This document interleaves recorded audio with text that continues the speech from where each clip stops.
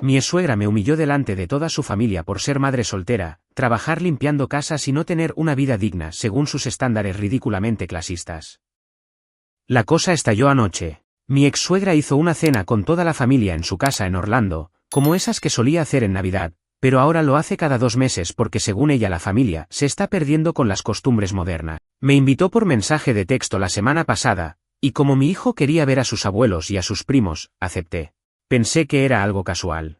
Pensé que estaba tratando de limar asperezas. Spoiler, no lo estaba. Desde que me separé de su hijo hace 2 años, esa mujer cambió de un día para otro conmigo. Antes me abrazaba, me llamaba mi niña, me mandaba textos los domingos preguntando si necesitaba algo para el niño. Después del divorcio, desapareció. Silencio total. Y cuando yo le escribía para que viera al nieto, tardaba días en responder. Empezó a tratarme como si yo fuera una carga. Como si hubiera destruido a su hijo, cuando fue él quien se largó con otra mujer. Volviendo a la cena, llegué con mi hijo, llevé una ensalada de pasta que siempre le gustó a su familia. Todo parecía bien al principio. Los primos jugando, la comida servida, las risas. Nadie me preguntó nada más allá del típico, ¿cómo has estado? Y yo respondí lo básico. No tenía ganas de hablar mucho. Me senté en una esquina con mi plato, cuidando de que mi hijo estuviera bien y no molestara a nadie. Como siempre. Como si yo fuera una visita incómoda que solo está ahí por obligación. Después de la cena, la exsuegra se paró a dar un discurso, como suele hacer. Agradecimientos, palabras bonitas sobre la familia, lo típico. Pero después de un rato, empezó a torcer el tema. Dijo algo como, hay que ser ejemplo para los niños, hay que enseñarles que uno no puede andar por la vida tomando malas decisiones y esperando que otros resuelvan los problemas. Sentí que algo se venía. Y sí. Mirándome directamente, soltó, especialmente las madres solteras que no supieron mantener a su familia unida, y ahora andan limpiando casas ajenas en vez de buscar algo digno. Lo dijo. Así, frente a todos, sin dudar, sin pestañear, como si fuera la verdad más obvia del mundo. Yo me congelé. No sabía si reírme o levantarme y tirar el plato contra la pared. Me quedé ahí, paralizada. Nadie dijo nada. Ni uno solo de esos cobardes abrió la boca para defenderme. Ni el hermano de mi ex, que siempre me decía que yo era como una hermana. Ni su prima, con la que lloré por teléfono cuando su novio la dejó. Todos callados, bajaron la cabeza o se miraron entre ellos incómodos. Una tía se fue a la cocina fingiendo que tenía que recoger algo. Otro se puso a hablarle al niño como si nada estuviera pasando. Mi hijo me miró confundido. No entendía lo que pasaba, pero sabía que algo andaba mal. Le sonreí, le dije que todo estaba bien. Me levanté con calma, agarré nuestras cosas y nos fuimos. Nadie intentó detenernos. Cuando llegamos al auto, me encerré y lloré como no lloraba desde el día en que firmé los papeles del divorcio. Sentí una rabia tan honda que me ardía en el pecho. No por lo que dijo, porque ya sabía que pensaba eso, sino porque lo hizo frente a mi hijo. Porque lo dijo con ese tono, ese desprecio. Porque me hizo pasar vergüenza sabiendo que no tengo a nadie más aquí. Porque esa gente que me abrazaba en Navidad ahora me mira como si fuera una vergüenza. Y lo peor de todo es que me di cuenta de algo que no quería aceptar, nunca me aceptaron de verdad. Me aguantaron porque estaba con su hijo. Punto. El cariño era condicionado. Todo era falso. Desde que me separé, he trabajado como una mula para salir adelante. Me levanto a las 6 de la mañana todos los días para limpiar 3 casas diarias, a veces 4. Gano lo justo para pagar el alquiler, la comida, la escuela. No tengo lujos. No salgo. No tengo tiempo para mí. Y aún así, me parten la cara con desprecio porque no tengo un trabajo digno. Como si fuera fácil conseguir algo mejor. Como si tuviera tiempo de sobra para estudiar o buscar otra cosa mientras crío a un niño sola. Como si ser madre y trabajadora fuera poco. Eso fue lo que rompió todo. Después de esa noche, no dormí. No porque no lo intentara, sino porque no podía. Me acostaba y mi cabeza volvía a ese momento, una y otra vez. La cara de mi hijo mirándome con duda. Las risas incómodas apagándose. El silencio que siguió. Esa frase que me cortó como un cuchillo, limpiando casas ajenas en vez de buscar algo digno. Me levanté a las 4 de la madrugada y me puse a limpiar la cocina como si estuviera castigando al piso. Cada plato que fregaba me hacía pensar en todo lo que me tragué durante años con esa familia. Cada vez que fingí que no me dolía cómo me trataban. Cada vez que me llamaban una más pero en realidad pensaban que yo no era suficiente. Me dejé engañar porque necesitaba sentir que por fin tenía una familia normal. Que mi hijo iba a crecer rodeado de gente que lo quería. ¡Qué chiste! Ese día no trabajé. Llamé a mis clientas para reprogramar las limpiezas. Todas entendieron, menos una que me dijo que esperaba más compromiso profesional. Le dije que buscara otra señora de limpieza. Ya no estoy para tragarme mierda, ni siquiera por dinero. En la tarde, fui a buscar a mi hijo a la escuela. Cuando lo vi salir con su mochilita y su cara seria, me rompí por dentro. Nunca lo había visto así. Normalmente corre a abrazarme. Ese día, caminó lento, con la cabeza baja. Cuando se subió al carro, me dijo bajito, mamá, tú eres una fracasada. Me quedé helada. Sentí un vacío en el estómago. Le pregunté quién le había dicho eso, y me contestó, la abuela lo dijo anoche, eso es malo. Me eché a llorar ahí mismo, sin filtro. No supe cómo explicarle que no lo soy, pero que sí, que lo dicen como si fuera lo peor del mundo. Me estacioné, apagué el motor, y me volteé a hablarle de frente. Le dije que no importa lo que los demás piensen, que yo hago todo lo que puedo, que no tengo miedo de ensuciarme las manos para que él esté bien. Le dije que si eso me hace fracasada, entonces que me llamen así todo lo que quieran. Él me abrazó fuerte, pero yo sabía que algo ya se había roto, en su cabeza, en la mía, en todo esto. Esa misma noche, recibí un mensaje del ex. Me dijeron que armaste un show en casa de mi mamá, ¿qué pasó ahora? Como si yo hubiera sido la loca. Como si yo hubiera llegado a arruinar la paz familiar con mi mera existencia. Le respondí con una sola frase, pregúntale a tu mamá lo que dijo delante de tu hijo. No contestó más. 2 días después, su hermana me escribió. Me dijo que entendía por lo que pasé, que había sido incómodo para todos, pero también me soltó un tú sabes cómo es mi mamá, a veces dice cosas sin filtro, como si eso lo justificara, como si fuera culpa mía por haberme ofendido. Le dejé claro que no iba a volver a meter a mi hijo en esa casa mientras su abuela pensara que yo no valgo nada. Si para ella soy basura, entonces mi hijo va a crecer sin escuchar esas porquerías disfrazadas de tradición familiar. Y aquí viene lo peor. El fin de semana, mi hijo tenía una presentación en la escuela. Una de esas cosas donde todos los padres graban con el celular y aplauden como locos. Yo llegué temprano, con mi mejor ropa, la única blusa decente que tengo sin manchas de cloro. Me senté en primera fila, lista para grabarlo. 5 minutos antes de que empiece, veo que entra la ex-suegra, con el ex, y con una señora que no conocía. Se sentaron 3 filas detrás de mí. Sentí su mirada en mi nuca todo el tiempo. Me dieron ganas de levantarme e irme, pero me quedé por mi hijo. Y cuando él salió, buscó mi cara. Me sonrió. Y supe que tenía que quedarme. Terminando la presentación, me acerqué a saludarlo, le di un beso en la frente, y vi que la ex-suegra venía hacia nosotros. Pensé que iba a disculparse. Ilusa, se agachó, abrazó a mi hijo, y le dijo, mi amor, qué orgullosa estoy de ti. Eres un niño especial, aunque a veces la gente a tu alrededor no te dé el ejemplo correcto. Ahí me quebré. Le dije que se alejara de nosotros. Ella se hizo la ofendida. ¿Vas a hacer esto aquí, delante de todos? Sí. Iba a hacerlo. Le dije que no la quiero cerca de mi hijo. Que no me importa si me llama rencorosa, resentida o lo que sea. Que si alguna vez vuelve a hablarme como lo hizo en esa cena, la voy a denunciar por acoso verbal. Mi ex solo se quedó mirando, sin decir nada. Ni un solo intento de mediar. Ni un solo gesto para frenar a su madre. La otra mujer que venía con ellos resultó ser la nueva novia de él. Me miró como si yo fuera una cucaracha. Después se fueron, como si no hubieran hecho nada. Esa noche, cuando llegamos a casa, mi hijo no quería cenar. Me dijo, mamá, ¿por qué la abuela te odia? Y ahí entendí que esto ya no es entre ella y yo. Esto es una guerra por la mente de mi hijo.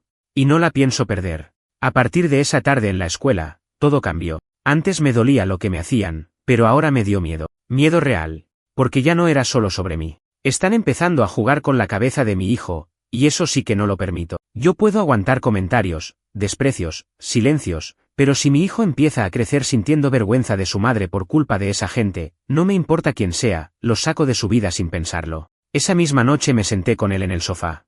Puse la televisión, algo suave para que se relajara, pero ni lo mirábamos. Le pregunté si quería hablar, y me dijo que no, que estaba cansado. Pero vi en sus ojos que estaba cargando algo, que no entendía por qué su abuela me hablaba así, porque su papá no hacía nada, por qué ahora todo era tan tenso. Y no pude hacer nada más que abrazarlo y decirle, no importa lo que digan de mí. Lo que importa es cómo te trato yo a ti. Lo demás es puro ruido. No dormí esa noche tampoco.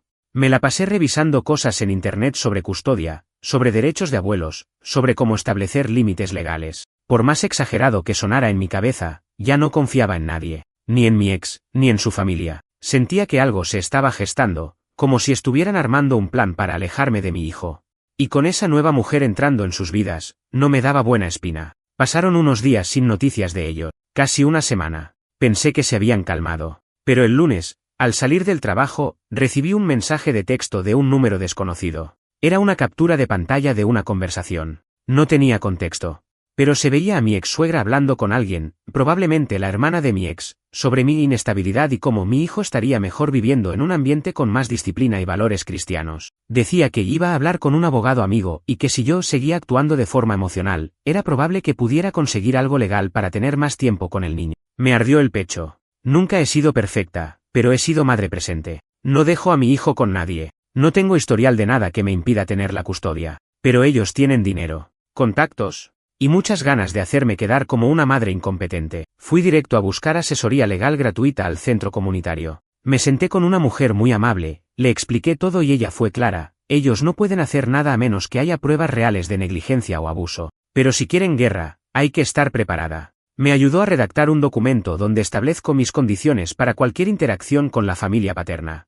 También empecé a documentar todo: mensajes, llamadas, fechas, lugares. Porque no me van a agarrar desprevenida. Una noche, unos días después, mi hijo me dice: mamá, papá me dijo que cuando sea más grande puedo vivir con él y su nueva novia. Me tragué el veneno en seco. Le pregunté si quería eso. Me dijo que no sabía, que la novia de su papá le compró un juguete caro y que tiene una cama enorme en su casa. Ese hombre no ha sido consistente desde que se fue. Lo veo una vez cada 2 semanas, y a veces cancela sin avisar.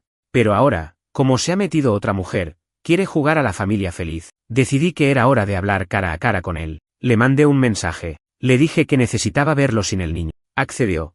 Nos encontramos en una cafetería a mitad de camino entre su casa y la mía. Llegó con esa sonrisa de siempre, esa cara de tipo que cree que está por encima de todos. No me anduve con rodeos. Le dije que ya sabía lo que estaba diciendo su madre. Le dije que si él o su familia intentaban mover un solo dedo para sacarme a mi hijo, yo iba a pelear con todo lo que tengo. Le recordé su historial: infidelidad, abandono, incumplimiento de visitas. Le dije que tengo todo registrado, que si quieren guerra legal, la van a perder, y que más les vale dejar de manipular al niño con promesas que no pueden sostener. Se hizo el ofendido. Dijo que yo estaba paranoica, que su mamá a veces exagera, pero que nunca harían algo tan bajo. Entonces, ¿por qué mi hijo me está diciendo que puede vivir contigo y tu novia cuando sea más grande? Le solté.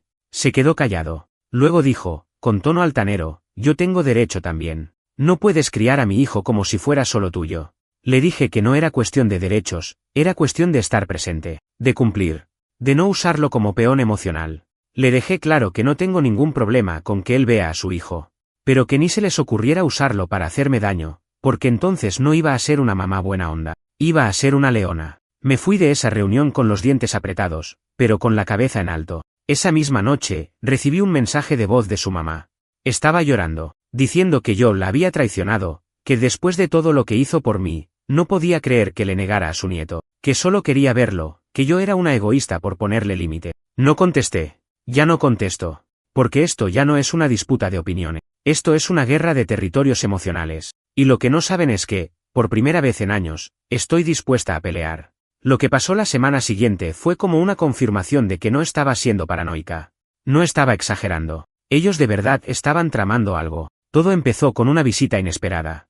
Era un jueves a eso de las 5:30 de la tarde. Yo había terminado mi última casa del día, agotada, sucia, con olor a cloro y los pies hinchados. Estaba esperando a que mi hijo bajara del bus escolar, y en eso veo estacionarse un auto blanco frente a mi edificio. No era de nadie que conociera. Se bajaron 3 personas, la ex-suegra, el ex-suegro, y una mujer rubia de traje, como una abogada sacada de una serie de televisión. Mi corazón se aceleró. Mi hijo bajó del bus justo en ese momento y salió corriendo hacia mí. Lo abracé fuerte, como si eso pudiera protegernos de lo que venía. La ex-suegra empezó a caminar hacia nosotros con esa cara falsa, esa sonrisa apretada. La detuve con la mirada. No quiero hablar, y menos frente a él, le dije. Ella miró a la mujer del traje, y la abogada fue la que habló. Solo queremos informarle que la señora está explorando sus opciones legales para establecer derechos de visita más estructurados con su nieto. Ahí supe que no era solo una amenaza.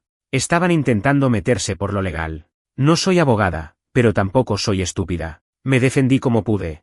¿Usted sabe cuántas veces esa señora ha visto a mi hijo en el último año?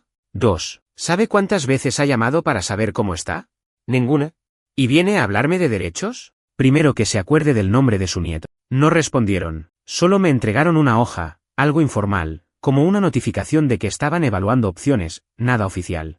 Pero suficiente para inquietarme. Me metí con mi hijo al departamento. Cerré la puerta con llave. Me temblaban las manos. Él me preguntó quién era la señora de traje. Le dije que alguien que quería hablar con mamá sobre cosas aburridas. No supe qué más decirle. Esa noche no pude más. Llamé a mi hermana, la única que me queda en mi familia, vive en Texas, y le conté todo. Me ofreció ayuda. Me dijo que si necesitaba mudarme allá, que ella me recibía. Me dijo que tenía contactos con una organización que ayuda a mujeres solas en procesos legales. Le agradecí, pero le dije que por ahora no podía huir, porque eso era lo que querían, que me sintiera acorralada, que huyera, que cediera.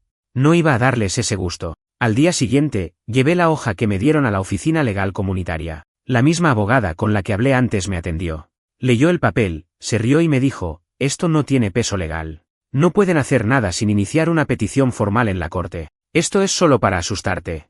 Me ayudó a redactar una carta para responder oficialmente, dejando claro que cualquier intento de contacto se tiene que hacer a través de un abogado, y que no consentiré visitas no supervisadas sin acuerdo previo. Le di el documento para que lo enviara a ella directamente. Me sentí un poco más fuerte, pero la paz no duró. 3 días después, mi hijo me dijo algo que me terminó de romper por dentro. Estábamos haciendo tarea juntos y de la nada me suelta. La novia de papá me dijo que si tú no dejas que vea a la abuela, te van a quitar. No supe cómo reaccionar. ¿Cómo le explicas a un niño de 7 años que hay adultos que usan amenazas para manipular? Le pregunté si eso le asustaba. Me dijo que sí, que no quería que me quitaran. Esa noche le mandé un mensaje a Alex. Le dije que si su pareja volvía a hablarle a mi hijo de quitarme, iba a denunciarlo. Le recordé que un niño no es un campo de batalla. No respondió. Al día siguiente me bloqueó de WhatsApp. Perfecto.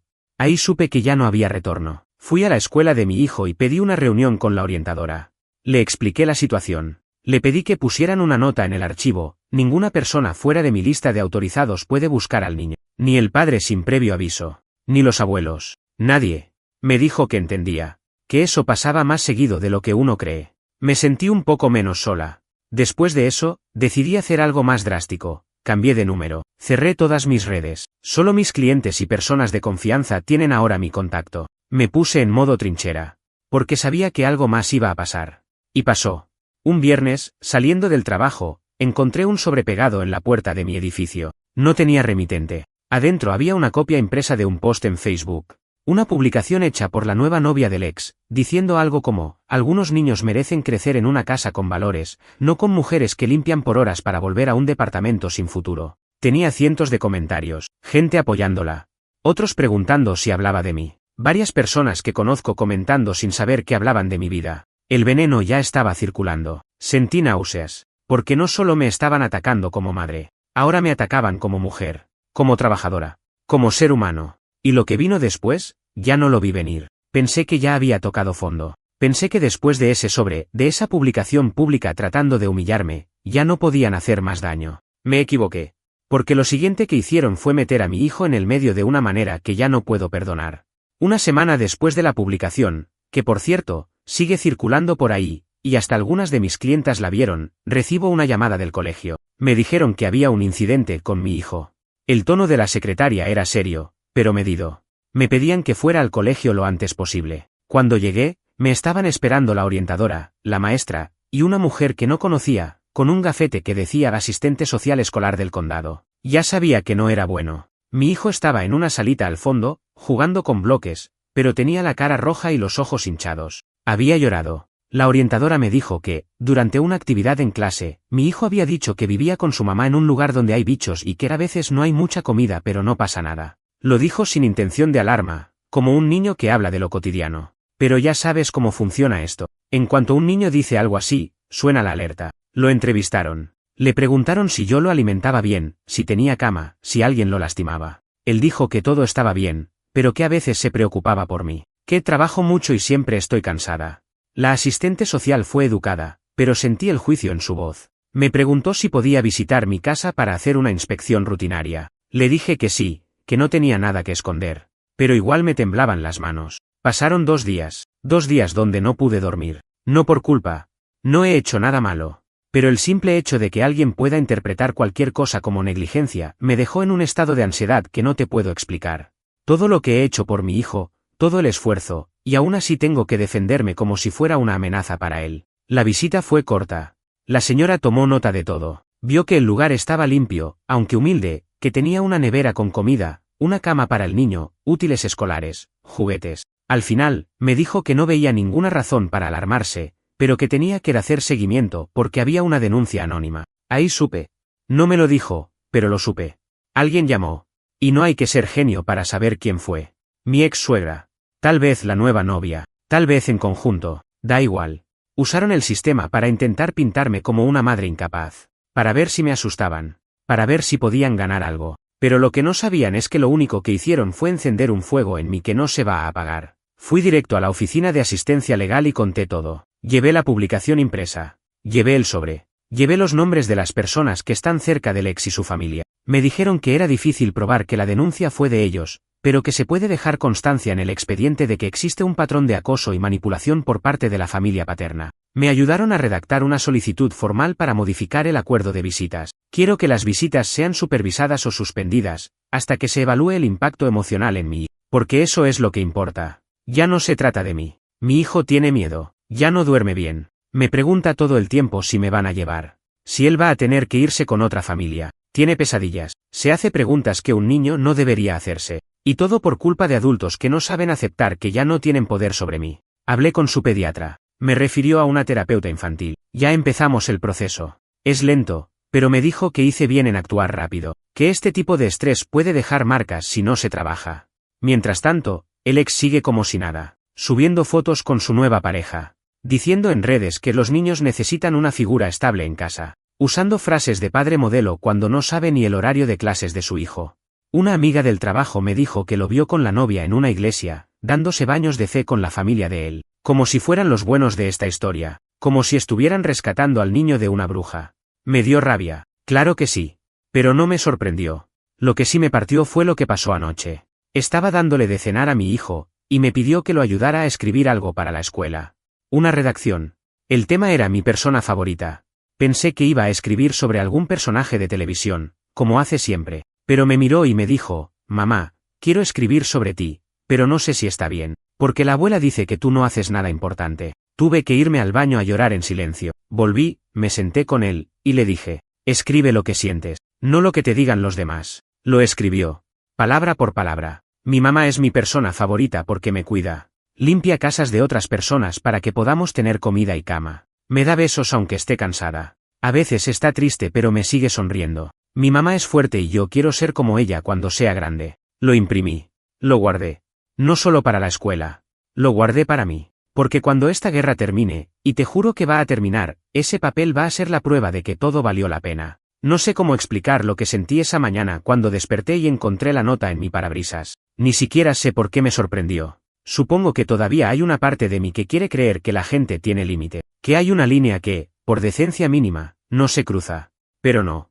Para esta gente, no hay fondo. La noche anterior había trabajado hasta tarde. Una clienta nueva que necesitaba limpieza profunda en su casa antes de que llegaran sus suegros de otro estado. Me pagó bien, sí, pero terminé rendida. Llegué, estacioné el auto, subí al departamento con mi hijo dormido en los brazos. No noté nada raro. Pero esa mañana, cuando bajé con él para llevarlo a la escuela, vi el papel doblado bajo el limpiaparabrisas. Al principio pensé que era una multa o publicidad de iglesia. No. Era una carta escrita a mano, con una letra que reconocí al instante. Era la letra de la ex suegra. No decía mucho, pero bastó. Te advertí. No estás hecha para criar a un niño. Estás sola, desorientada, inestable. Cuando menos lo esperes, te lo van a quitar. Dios no bendice a mujeres como tú. Sentí como si el piso se abriera bajo mis pies. No solo por lo que decía, sino porque ahora se estaban acercando físicamente. A mi casa. A mi auto. Ya no era indirectas en redes ni comentarios en la escuela. Era una amenaza directa. Y no me iban a agarrar con las manos vacías esta vez. Subí corriendo con el papel, le tomé fotos, y me fui directo a la estación de policía a hacer la denuncia. Ya tenía el archivo con todos los incidentes anteriores. Me senté con una oficial que tomó mi declaración, hizo copias, y me ayudó a presentar una solicitud para una orden de restricción preventiva. También me indicó que pidiera cámaras de vigilancia en la entrada de mi edificio, cosa que ya estaba pensando hacer. Le escribí al administrador del edificio. Al principio se hizo el tonto, que eso costaba mucho, que había que ver. Le dije que si algo le pasaba a mi hijo por no tener seguridad básica, iba a demandar. A las 2 horas me respondió que iban a poner cámaras la semana siguiente. Después de la denuncia, fui al trabajo como pude. Pasé el día con el estómago hecho un nudo. Cada vez que escuchaba una puerta, un ruido en la calle, pensaba que iban a aparecer, que iban a hacer algo peor. La ansiedad me estaba comiendo viva. Ese fin de semana, decidí cambiar todas mis cerraduras. Llamé a un cerrajero, gasté lo que no tenía, pero dormí mejor esa noche. También empecé a buscar departamentos nuevos. No porque me quiera ir corriendo, sino porque ya no me siento segura en este lugar. Mi hijo, por su parte, empezó a tener pesadillas más seguido. Se despierta gritando. Me abraza y no me suelta. Le digo que todo está bien, que nadie nos va a hacer daño, pero siento que no me cree del todo, porque él también está notando que todo se está desmoronando. Y en medio de todo eso, apareció mi ex, como si nada. Tocó la puerta un martes por la noche. No había avisado, no me había escrito, simplemente apareció. Cuando abrí, lo primero que hizo fue mirarme como si fuera una extraña. Me dijo que necesitaba hablar conmigo. Le dije que no tenía nada que hablar, pero me pidió 5 minutos. Estaba solo. Lo dejé pasar. Entró, se sentó en el sofá, miró el lugar como si no hubiera vivido aquí, como si le diera lástima. Le ofrecí agua, dijo que no. Luego soltó lo que vino a decir. Mi mamá está mal. Está obsesionada. No sabía que había llegado a este punto. Lo miré sin decir nada. No fue idea mía lo de la denuncia. Yo no estuve de acuerdo. Fue de ella y se detuvo un segundo, de mi novia. Creen que pueden criar mejor a nuestro hijo. ¿Y tú qué crees? Le pregunté. Se quedó callado. Mira, si estás acá a pedir perdón, no lo necesito. Y si venís a decirme que vas a ponerle un freno a tu madre, te digo desde ya que llegaste tarde. Ya metió demasiado veneno en la cabeza de tu hijo. Ya me humilló frente a él. Ya trató de dejarme como loca, pobre y sola. Y vos no hiciste nada. Te quedaste callado. Como siempre. Bajó la cabeza. Me dijo que no había sabido manejarlo. Que todo lo que estaba pasando se le fue de las manos. Que se sentía abrumado. No le respondí. Entonces soltó otra bomba. Voy a pedir la custodia compartida. Ahí me puse de pie. ¿Custodia compartida? ¿Ahora? ¿Después de 2 años desaparecido a medias? ¿Después de todo lo que dejaron que tu mamá hiciera? ¿Después de tratar de usar a mi hijo como bandera para mostrarle al mundo que tu novia es mejor madre que yo? Me miró como si no entendiera por qué estaba enojada. Es mi hijo también, dijo, como si con eso bastara. Sí. Legalmente, biológicamente, pero no emocionalmente. No sabes nada de él, ni sus miedos, ni sus rutinas, ni qué dibuja en la escuela. No sabes lo que tuvo que vivir por culpa de todo esto. Me miró en silencio. Se levantó. Me dijo que era su derecho y que lo iba a hacer igual. Le abrí la puerta. Pero esta vez, no estoy sola. Cerré. Y lloré. Pero ya no fue de miedo, fue de rabia. Esa noche me quedé escribiendo todo en un documento. Todas las veces que se ausentó. Todos los mensajes que nunca respondió. Todos los insultos. Los días exactos. Los nombres de testigos. Voy a pelear. Porque si quieren meterse con mi hijo, me van a tener que sacar con las uñas. Y todavía no saben lo que soy capaz de hacer por él. Después de esa noche, ya no esperé más. Fui al juzgado del condado y presenté la solicitud formal para modificar el acuerdo de visitas. Lo hice yo primero, antes de que él lo hiciera. Porque no iba a esperar a que viniera a sacarme lo poco que tenía. No iba a quedarme sentada viendo cómo él, su madre y su novia armaban una historia donde yo era la loca, la irresponsable, la pobre mujer rota que no podía cuidar ni de sí misma. Llevé todo. Mensajes impresos. Capturas de publicaciones. La carta del parabrisas. La declaración policial. El informe del asistente social que vino a casa y no encontró nada. Y, sobre todo, las palabras de mi hijo. Las que había escrito para su tarea. Las que me había dicho en voz baja, con miedo. Todo eso lo llevé. Cada prueba. Cada herida convertida en defensa. Mi abogada, la misma de asistencia gratuita, que ahora se había vuelto más como una aliada, me dijo que era un buen caso. No perfecto, pero sólido. Que con eso se podía pedir que las visitas del padre quedaran suspendidas temporalmente o bajo supervisión. Que nadie iba a sacar a mi hijo de mi lado. Que lo que estaban haciendo era violencia emocional. Que eso también cuenta. Me sentí por primera vez como si estuviera haciendo algo más que resistir. Como si estuviera avanzando. Pero no duró mucho. El día que mi hijo tenía cita con la terapeuta, me llamó mi vecina. Esa señora que casi nunca hablo con, pero que siempre está en la ventana. Me dice que una señora mayor y otra rubia estaban en la puerta del edificio, preguntando por mí. Que decían que iban a llevar al niño a ver a su padre. Que venían a resolver el asunto por las buenas. Le agradecí por avisarme. Me fui directo a la estación de policía otra vez. Ya no iba a jugar más a la tolerancia. Esa fue la gota. Con la denuncia previa, más esta, aceptaron incluir a la madre de mi ex en la orden de restricción. Fue un proceso largo, pero esa misma semana firmé los papeles.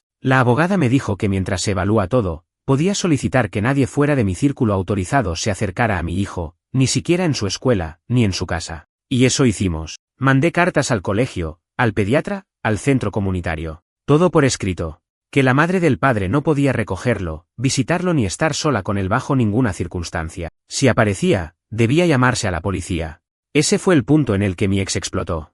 Me mandó un correo larguísimo, porque como ya lo había bloqueado de todos lados, tuvo que ir por ese camino. Lo leí con calma. Decía que yo era una exagerada. Que estaba llenando a nuestro hijo de miedo y desconfianza. Que su madre solo quería ayudar. Que yo era una egoísta que no sabía compartir, que solo quería lastimar a todos porque estaba dolida. No le respondí. No porque no tuviera que decir, sino porque ya no iba a gastar más energía en explicarle lo obvio. A esa altura ya no era ignorancia, era maldad pasiva. Cobardía disfrazada de preocupación. Y como para no quedarse atrás, su novia también se hizo presente. Ese mismo día, otra clienta me manda un mensaje con un enlace. Era una publicación en Facebook. Un texto larguísimo, claramente dirigido a mí, aunque sin decir mi nombre, diciendo cosas como: hay mujeres que prefieren ver a sus hijos sin padre con tal de no soltar el control, los hijos no son propiedad y hay personas que están tan rotas que piensan que amar es controlar.